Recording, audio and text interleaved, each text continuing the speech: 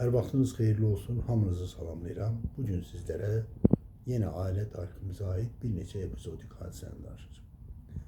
Bu hadisələri, bu hekayələri mən atamdan eşitmişəm, olmuş hekayələri. Amma bu hekayələri danışmamışdan əvvəl deyim ki, bizim kənddə, Alqulu kəndində bizim evimizlə, yəni mənim babam Seyid Müseybin evi ilə, ocağı ilə, qardaşı Seyid Həmidin ocağı çox yaxın idi. Aramızdan bir xırda yol keçirdi, Seyid İsmail'in evinə gedən yol. O yolda, əvvəllər o yol olmuyor, bizim çəpərimiz bir olub, iki çəpər bir-birinə bitişik olub. O yolu sonra Seyid İsmail Seyidlərdən ora köçəndə, Alquluya köçəndə o yolu veriblər ki, onlar oradan gedib gəlsinlər. Beləcə bizim aramızda bir yol vardı. Seyid Həmid babamın birinci həyat yoldaşı Gülxanım nənə, o da çox sədaqətli qadın olub və Seyid Həmid babamı çox sevib, bir-birlərini çox seviblər. Onların uşaqları olmayıblar, amma görün sevgi nə qədər güclü olub ki, Gülxanım nənə Seyid Həmid babamı o qədər qısqanıb ki, uşaqları olmadığına görə Seyid Həmid babamın yəni onu boşaya biləcəyini düşünərək öz qardaşı qızı, Araplıda Hüseynqulu bəyin qızı İpək nənəmi, yəni öz qardaşı qızını öz həyat yoldaşı ilə evləndirmişdi ki, onun da uşağı olmuşdu.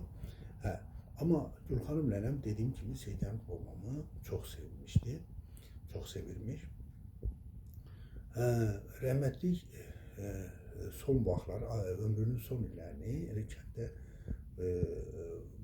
qalırmış orada. Atam da hər gün gedib onu yorğunmuş, tək qalırmış. Deyir, yenə bir gün getmişəm Gülxanım mamamı yoxlamağa, atam mama deyirdi. Getdim səhər-səhər yoxlamağa, dedim, ay Gülxanım mama. Gördüm ki, Gülxanım mama ağlayır. Ay Gülxanım mama, niyə ağlayırsan? Deyir, gəl bax, sənə bu niyə ağladığımın səbəbini deyim. Deyir, oturub deyir həyətdə belə səhər-səhər. Amma hava xoşdur, yəqin ki, yay günü. Deyir, bayaq burada oturmuşdum deyir. Onların bir dənə də iti varmış, düz demək uçurumun başına bağlayırdılar. Onların ümumiyyətlə Həmid babamın evi kəndin demək şərq tərəfində uçurumun başındaydı. Oradan bütün kəndin şərq-cənub tərəfi əlin içi kimi görünürdü. Deyir, bax, uçurumun həmişə də iti bağlayarmışlar o uçurumun başına. Deyir, it burada yatmışdı. Deyir, mən də baxıram, o güneylərə baxıram, gözümü zilləmişəm, baxıram. Deyir, birdən göydə bir qızıl quş fırlanır. Qızıl quş fırlanır. İtin də qabağında deyir, ət atmışıq, ət qalır. Demək, qızıl quş yuxarıda görər ki, itin qabağında ət var və baxar ki, it yatıb. Amma it yatmamış. Özünü yuxuluğa vurub, elə quşu aldatmaq istəyirmiş. Deyir, bir də o qızıl quş birdən deyir, yuxarıda şığıdı ki, əti götürsün, it qızıl quşu qapdı. Qapan kimi də deyir, onu boğdu, öldürdü. Deyir, bax, onu öldürürəm, ona ağlayıram, ayəli. Gör, deyir, dünyanın işinə bir bax ki, quşların şahı olasan, dağlar sənin oylağın ola, göylərdə süzəsən, bütün quşlar səndən qorxa, sənin adın qızıl quş ola və səni bir Allahın iti səni tuta, heç nəyin üstündə səni öldürə. Bax, dünyanın işinə ağlayıram. Bu hadisəni danışır, sonra deyir ki, məsələ burada əslində anlayan adama, yəni demək Həmid babamın bir dəyərsiz, bir alçaq tərəfindən öldürdüyünü bax bu it misalında göstərmək istəyir ki, yəni Həmid babam kimi bir xalq qəhrəmanı olasan, düşmənə meydan oxuyasan, düşməni qovub çıxarasan, qırasan, məhv eləyəsən, amma gələrsən, səni bir alçağın, bir xainin biri arxadan səni su içdiyin yerdə səni gülləriyə öldürər. Bax, o hadisəni bu hadisə ilə eyniləşdirib Gülxanım nənəm belə danışıb, ona görə də ağlayırmış. Yenə ikinci bir hadisə Gülxanım nənəm danışırmış, atama danışıb. Demək, Gülxanım nənəm ilə Həmid babam təzə evlənən vaxtlarmış. Bu 1918 müharibəsindən əvvəlki vaxtlarmış. Həmid babam o vaxtki hökumətdə fəaliyyətdəymiş, işləymiş hardasa. Və Gülxanım nənəm dediyim kimi təzə gəlmiş idi. 1 illik və ya yəni təzə vaxtlarmış. Onda rəhmətli Seyid Hüseyin babam sağmış, Həmid babamın atası. Bir gün Bülövlükdən Gülxanım nənəm dediyim kimi həm Araplıdan da Araplılar, Bülövlüklər bunlar eyni tayfadılar. Bülövlükdə Gülxanım nənəmin qohumlarından birinin toyu olur, qız toyu. Gülxanım nənəm gelir, Seyid Hüseyin babam gelir də çağırırlar. Bu yaxın qohumları olur. Gülxanım nənəmin yaxın qohumu. Həmid babam evdə olmadığı üçün Seyid Hüseyin babam, rəhmətli Pəri nənəm, Həmid babamın anası, yəni mənim nənəm, qoca nənəm, bir də rəhmətli Gülxanım nənəm, üçü durarlar, atlanarlar, gedərlər Bülövlüyə toya. Bülövlük bizim kənddən arxa tərəfində, şimal tərəfində bir kəndidir. Bizdən hardasa yəqin ki bir 7-8 kilometr olardı və ya biraz daha az bəlkə. Gedər Bülövlüyə toya, Gülxanım nənəm danışırmış ki, gəldik toya, neysə bizi qarşıladılar. Bəy tərəfdə Kəlbəcərlidir. Kəlbəcərdən gəliblər, atdı, bir neçə atdılarına, böyük bir dəstə gəliblər gəlini aparmağa. Neysə deyir, toyda oynadılar, əylədilər, toy. Deyir, o vaxtlar, yəqin ki, yaşlılar bilər və ya kitablardan, kinolardan görmüşsünüz. O vaxt toylarda güləş tutarmışlar. Toylarda iki tərəf, qız tərəf, oğlan tərəfdən, hər tərəfdən bir nəfər çıxar, güləşərmiş, o qalib gələn bir başqası ilə beləcə qurşaq tutmaq da deymişlər ona. Neysə, bu toyun bu vaxtı gəlir, qurşaq tutmağa çıxırlar, meydana çıxırlar. Oğlan tərəfdən, Kəlbəcərdən bir zırpının biri qabağına çıxanın hamısını yıxır. Yıxır, meydanda da belə gəzişir, keyfi kök. Bülövlükdə artıq bunun qabağına çıxan, yəni məclisdə bunun qabağına çıxan olmur. Gülxanım nənəm deyir ki, cəmaat da biraz belə yerli cəmaat, yəni qız evi biraz belə keyfləri yoxdur, keyfsizdir. Amma oğlan evinin keyfi kök. Çünki hamısını bir-bir yıxıbdır bu zırpı.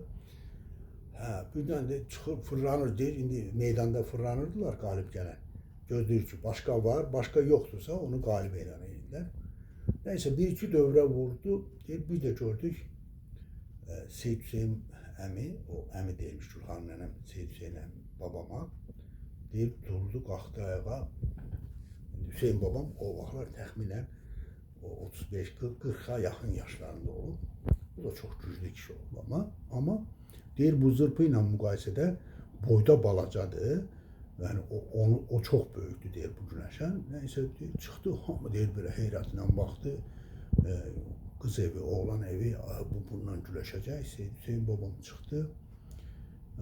Deyir ki, mən də deyir belə baxıram həyəcanla, indi deyir yalvarıram ki, qalib gəlsin də Seyid Hüseyin əmi, mənim qaynatam qalib gəlsin. Nəysə deyir, tutuşdular 1-2 həmlə, 3-4-cü həmlə Seyid Hüseyin deyir, bu zırpını vurdu yerə. Deyir, toyda hamı belə heyrətlə baxdı. Nəysə, zırpı qalxdı ayağa da güləşmədi, qorxdu. Yəni, gördü ki, də vurdu. Nəysə, başqa çıxan var, yox. Deyir, indi Seyid Hüseyin əmi, nənəm danışmış, Gülxanım nənəm, deyir, gəldi, oturdu. Mənim də deyir, sevincim həddidir, yox. Çünki qaynatam bunu qalib gəldi güləşdə, hamını deyir. Deyir, o Bülövlüyün qızları, benim qohumla əqrəba, deyir, hamı mənə baxır, deyir, ay Gülxanım, bu nə güclü kişiymiş, vurdu kişiydi, deyir, mən də deyir, kevim köy. Həmin gün deyir, nəysə, toy qutardı, rəhmətlik danışırmış ki, evə gəlincən sevincimin həddi yoxdur, deyir. Həm toyun, deyir, yaxşı keçməsi, həm də deyir, qaynatamın belə qalib gəlməsi məni, deyir, sevindirmişdi. Bax, belə, dediyim kimi, Gülxanım nənəm rəhmətli Seyid Həmid babamı çox istəyirmiş. Rəhmətli Seyid Hüseyin babamı da çox istəyirmiş. Seyid Hüseyin babam dediyim kimi çox güclü kişi olub, çox belə sözü kəsərli bir insan olub. Onun haqqında yenə kiçik bir epizodik hadisəni atam danışırdı ki, çox adamdan eşitmişdi, atam danışırdı, rəhmətli Seyid Murtuza və sairdə filan kəslər baban haqqında belə fikirlər deyildi. Bir də rəhmətli Seyidlərdə Seyid İbrahim baba olub, Seyid Mustafa, Seyid Məhəmmədin atası. O da deyirmiş ki, atama deyirmiş ki, Əli, sənin baban Seyid Hüseyin atın belində, Seyidlərin qabağında çıxanda arxasında da 4 oğlu.